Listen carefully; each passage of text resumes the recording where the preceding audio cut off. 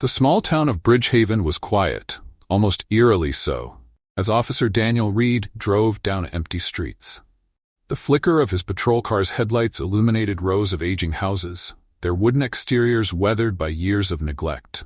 It was the kind of place where nothing extraordinary ever happened, or so people liked to believe. Yet the missing girl's face plastered on telephone poles and shop windows told a different story. Her name was Emily Harper, a 16-year-old high school student who had disappeared 2 weeks ago. No leads, no suspects, just a trail of questions that led nowhere. The town buzzed with whispers, rumors of runaway teens, illicit dealings, and dark secrets buried beneath Bridgehaven's seemingly tranquil surface. Daniel had heard them all during his rounds. Another dead end, he muttered under his breath, pulling up to the edge of the town's forest. It was his last stop for the night, a routine patrol around the outskirts where the trees seemed to stretch endlessly into the horizon. He killed the engine and stepped out, the cold night air biting at his face. His flashlight cut through the darkness, revealing the dirt path that wound deeper into the woods. "Emily," he called out, his voice swallowed by the vast silence. He knew she wouldn't answer, but still, he tried. As he ventured further, his radio crackled. "Reed, you there?" came the familiar voice of Sergeant Walker. "I'm here," Daniel replied, bringing the radio closer to his mouth. "Just checking the woods before heading back." "Don't push it too late. We've got enough ghosts in this town already," Walker said with a hint of tired humor. Daniel chuckled dryly. "Roger that." He was about to turn back when his flashlight caught something glinting among the trees, a small silver bracelet partially buried in the dirt. His heart sank as he picked it up, the delicate chain unmistakable. He'd seen it in the photograph Emily's mother had shown him during one of her many desperate visits to the station. "Walker?" Daniel said into the radio, his voice steady but tense. "I think I've found something."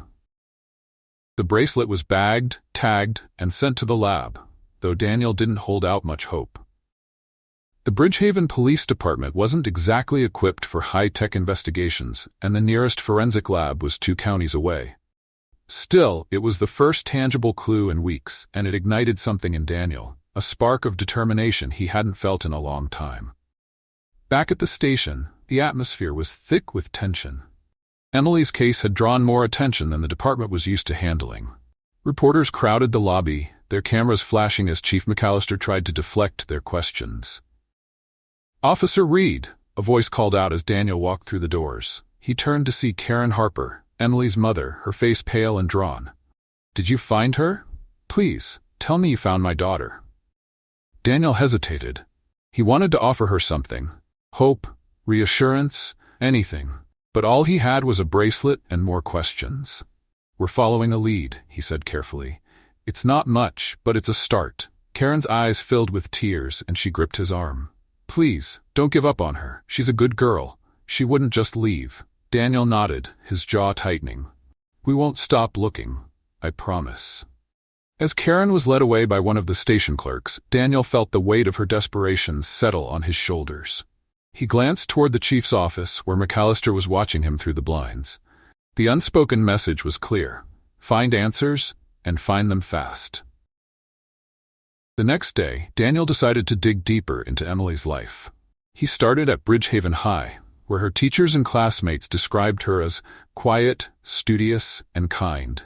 But it wasn't long before cracks began to appear in the perfect picture. A group of students mentioned seeing Emily arguing with an older man outside the school a few weeks before she disappeared. "Do you know who he was?" Daniel asked. One of the students shrugged. "I think he worked at the gas station near the highway. He'd come around sometimes, waiting outside the school, creeped everyone out." The lead took Daniel to the Bridgehaven Gas and Go, a dingy establishment frequented by truckers and locals alike. The manager, a wiry man with a perpetual scowl, was less than forthcoming. "We had a guy who used to work here," he admitted reluctantly. "Name's Ted Murphy. Quit about a month ago, haven't seen him since." "Ted Murphy," Daniel repeated, committing the name to memory. "Got an address for him?" The manager hesitated before scribbling something on a scrap of paper. "You didn't hear it from me." Daniel left the gas station with a growing sense of unease. Something about Murphy's sudden departure didn't sit right with him. When he arrived at the address, a rundown trailer on the outskirts of town, it was clear Murphy hadn't been there in weeks. The place was a mess. Half-empty beer cans, cigarette butts, and a faint stench of decay.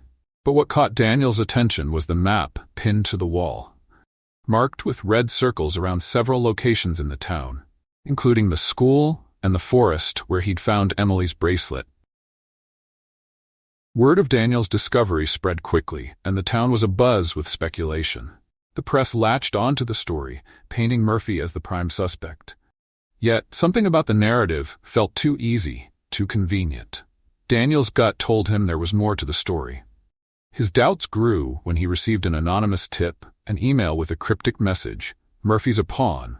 Look closer." Attached was a grainy photo of Emily standing in a dimly lit room, her expression tense. The sender's identity was hidden, but the message was clear. Murphy wasn't the end of the trail. Daniel brought the photo to Sergeant Walker, who was less than thrilled. "This could be a hoax," Walker said, eyeing the image skeptically. "Or it could be the only real lead we've got," Daniel countered. Reluctantly, Walker agreed to dig deeper. Together, they began unraveling a web of connections between Murphy and several prominent figures in the town. People who had no business associating with a man like him. Daniel sat in his patrol car outside the diner, of the engine barely audible over the rain. The photograph of Emily in the dimly lit room burned in his mind.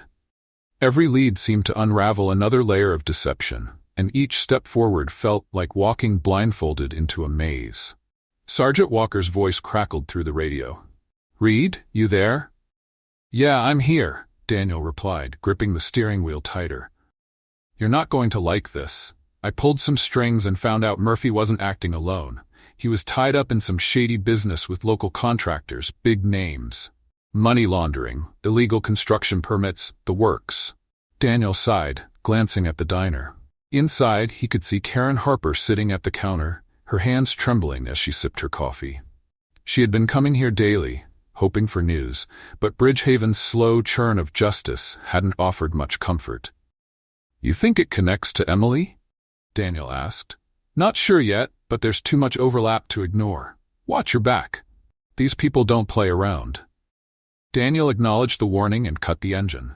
He stepped out into the rain, pulling his jacket tight as he entered the diner. Karen looked up, her tired eyes searching his face for answers he didn't yet have. "Officer Reed," she said softly. "Any updates?" Daniel hesitated. "We're making progress, but it's slow." "I promise you, Karen, we're not giving up." Her shoulders sagged and she nodded. "Thank you." As he left the diner, his phone buzzed. Another anonymous email, this time with an address, 14 Willow Lane, midnight. The house at 14 Willow Lane was abandoned, its windows boarded up and the yard overgrown. Daniel arrived just before midnight, his flashlight slicing through the darkness. The air was thick with tension, every creak of the floorboards beneath his boots amplifying the unease in his chest. "Officer Reed," a voice called out from the shadows. Daniel spun around, his hand instinctively reaching for his holstered weapon. A figure stepped into the dim beam of his flashlight. A man in his 50s, his face weathered and lined with worry. "Who are you?" Daniel demanded. "Name's Jacob," the man said. "I used to work for the same people who took that girl. I couldn't stay silent anymore." Daniel's pulse quickened. "You know where Emily is?" Jacob nodded, his expression grim. "I don't know how much time she has, but she's being held at an old sawmill outside town. They're keeping her there because she stumbled onto something she shouldn't have." "Who's they?" Daniel pressed. Jacob hesitated, glancing around nervously. "It's not just Murphy. He was just the errand boy. The real power comes from the ones pulling the strings. Contractors, business owners, even some of your own. They're all in on it." Before Daniel could ask more, the sound of a car engine roared outside. Jacob's eyes widened. "They found me," he whispered. "You need to go. Now." Daniel grabbed his arm. "I'm not leaving without answers." But before Jacob could respond, the front door burst open, and a group of masked men stormed in. Chaos erupted as Daniel fired a warning shot, grabbing Jacob and pulling him toward the back exit. They barely made it out, diving into the cover of the woods as the men pursued them. Jacob's information led Daniel and Walker to the old sawmill on the outskirts of town. It was a relic of a bygone era, its rusted machinery looming like specters in the moonlight. They approached cautiously, their radios silent to avoid detection. Inside, the air was damp and heavy with the smell of oil and decay. Daniel's heart pounded as they moved through the maze of machinery, their flashlights sweeping over every shadow. And then they found her. Emily was tied to a chair in a dimly lit room, her face pale but alive. Daniel rushed to her side, untying the ropes as Walker covered the door. "Emily," Daniel said softly, his voice trembling, "you're safe now." She blinked up at him, tears streaming down her face. "They said no one would come for me." "They were wrong," Daniel said firmly. "You're going home." As they prepared to leave, the sound of footsteps echoed through the sawmill. Daniel signaled for Walker to take Emily and go, staying behind to cover their escape. The masked men from before emerged from the shadows, their leader stepping forward, a man Daniel recognized all too well, Chief McAllister. "You really couldn't leave it alone, could you?" McAllister said, his voice cold. Daniel's grip on his gun tightened. "You're behind all of this?" McAllister smirked. "Not just me. You think this town runs on goodwill? You dig too deep, and you end up buried." The confrontation escalated into a tense standoff. McAllister's men surrounded Daniel, but he refused to back down. He knew that exposing the truth would come at a cost, but he was prepared to pay it. Walker, meanwhile, had managed to get Emily to safety, contacting state authorities to intervene. The sound of approaching sirens filled the air as backup arrived, catching McAllister and his men off guard. A firefight ensued, and though Daniel was outnumbered, his determination gave him the edge. By the time the authorities stormed the sawmill, McAllister and his men were subdued, their operation dismantled. Bridgehaven would never be the same. The revelations about McAllister's network sent shockwaves through the community, forcing the town to confront its darkest truths. Emily reunited with her family, though the scars of her ordeal would take time to heal. Daniel, hailed as a hero, resigned from the force, unable to reconcile his role in a system he no longer trusted. But as he walked away from the precinct for the last time, he felt a flicker of hope. Change was coming, and for the first time, it felt within reach. The weeks following the raid at the sawmill were a blur of media frenzy, investigations, and public outrage. Bridgehaven's quiet facade had been ripped apart, exposing the rot that had festered for years. McAllister's arrest sent shockwaves through the town. Nope, the fallout was far from over. Daniel sat on his porch, nursing a cup of coffee, as the morning sun broke through the clouds. His resignation had made headlines, casting him as both a hero and a whistleblower. Yet, the weight of everything that had transpired still hung heavy on his shoulders. The sound of tires crunching on gravel pulled him from his thoughts. He looked up to see Karen Harper stepping out of a car. Her face was brighter now, the shadows under her eyes fading, though her expression was still tinged with uncertainty. "Mind if I sit?" she asked, gesturing to the chair beside him. Daniel nodded. "Of course." As Karen settled into the chair, she let out a long sigh. "It's strange," she began. "Having her back. Emily's here, but she's not the same. She's quiet, withdrawn. She flinches at the smallest sounds." Daniel stared into his coffee, the guilt gnawing at him. "She's been through hell. It'll take time, but she'll heal." Karen looked at him, her eyes searching his face. "And are you okay?" Daniel forced a smile. "I'm fine." She didn't press further, but the silence between them spoke volumes. After a moment, Karen reached into her bag and pulled out a small box, placing it on the table. "This belonged to Emily," she said. "She asked me to give it to you, said it's her way of saying thank you." Daniel opened the box to find a simple keychain with a small engraved tag. "Hope is never lost," it read. His throat tightened, and for the first time in weeks he allowed himself to feel something other than guilt. Despite McAllister's arrest, the investigation into Bridgehaven's corruption was far from over. State authorities unearthed a complex web of illegal dealings involving prominent business owners, politicians, and even neighboring police departments. The scope of the operation was staggering, and it became clear that McAllister was just one piece of a much larger puzzle. Daniel, though officially retired, found himself pulled back into the fray. Agent Michelle Grant from the state task force approached him with an offer he couldn't refuse. "This town better than anyone," she said during their meeting at a local cafe. We need someone who can help us connect the dots. Daniel hesitated. I left for a reason. Grant leaned forward, her gaze unwavering. And yet, you're still here. You care about this place. We're not asking you to come back as a cop. We're asking you to help us clean up the mess. After a long pause, Daniel nodded. I'll do it. While Daniel worked with the task force, Emily began attending therapy sessions arranged by her family.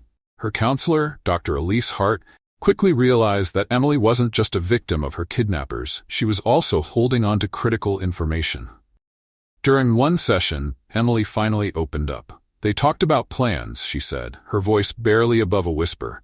Deals they made, people they paid off, it's all written down somewhere. I think it's in the warehouse by the river. Dr. Hart immediately relayed the information to Karen, who contacted Daniel. Within hours, a team was assembled to raid the warehouse. The warehouse loomed in the distance, its rusted exterior and broken windows giving it an ominous appearance. Daniel stood with Agent Grant and the task force, briefing the team before they moved in. Emily's intel says there's documentation here. Contracts, payment records, everything we need to tie this network together, Grant explained. But expect resistance. As the team entered the warehouse, the air was thick with anticipation. The first few rooms were empty, filled only with dust and forgotten machinery. But deeper inside, they found what they were looking for. Boxes of files, computers, and ledgers detailing years of illegal activity. Before they could secure the evidence, gunfire erupted. A group of armed men emerged from the shadows, determined to destroy the files and anyone who tried to take them. Chaos ensued as the task force returned fire, navigating the maze-like interior of the warehouse.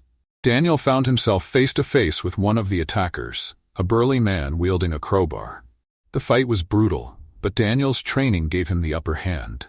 As the man lay unconscious, Daniel grabbed one of the ledgers and sprinted toward the exit. By the time the dust settled, the task force had secured the warehouse and the evidence. Several attackers were arrested, and the files were sent for analysis. The operation was a success, but the danger was far from over.